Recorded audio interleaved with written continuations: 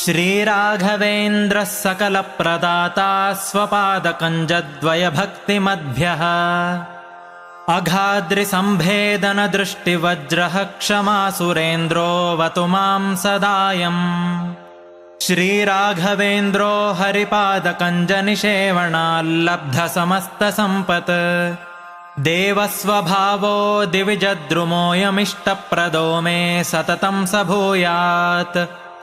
भव्यस्वरूपो भवदुःखतोलसङ्घाग्निचर्यः सुखधैर्यशाली समस्तदुष्टग्रहनिग्रहेशो दुरत्ययोपप्लवसिन्धुसेतुः निरस्तदोषो निरवद्यवेशः प्रत्यर्थिमोकत्वनिदानभाषः विद्वत्परिज्ञेयमहाविशेषो वाग्वैखरी निर्जितभव्यशेषः सन्तानसम्पत्